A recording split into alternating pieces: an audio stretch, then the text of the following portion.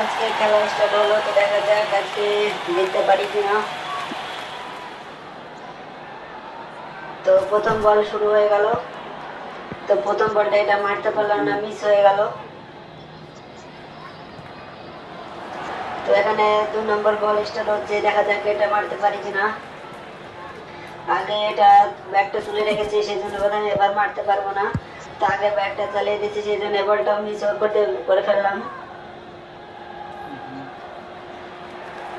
তো এবার দেখা যাক 3 নম্বর বলটা মারতে পারি কিনা। মারতে পারলে 6। দেখা যাক পারফেক্ট মারতে পারছে, কত মারতে হয়। শুধু 3 নম্বর বলটা 6 মেরে দিয়েছি। তো এবার দেখা যাক 4 নম্বর বলটা কি হয়। তো 4 নম্বর বলটা মারতে পারবো না, আগে ব্যাটটা চালিয়ে দিয়েছি, মিস হয়ে গেল। সোজা আসলে তো আউট হয়ে যেতাম। এবার 5 নম্বর বলটা দেখা যাক মারতে পারি কিনা।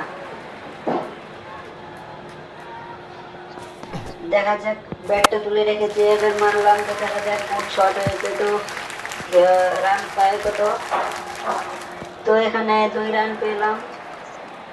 তো 8 রান হলে দেখা যাক লাস্ট বলে কত মারতে পারি না আউট হয়ে যায়। তো ফাইনালি লাস্ট বলটা মিস করে ফেললাম, আগে মেরে দিয়ে।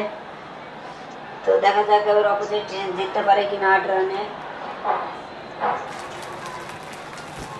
তো আমি এবার বল করবো, একদম পায়ের কাছে বলটা করবো আর যেন না মারতে পারে।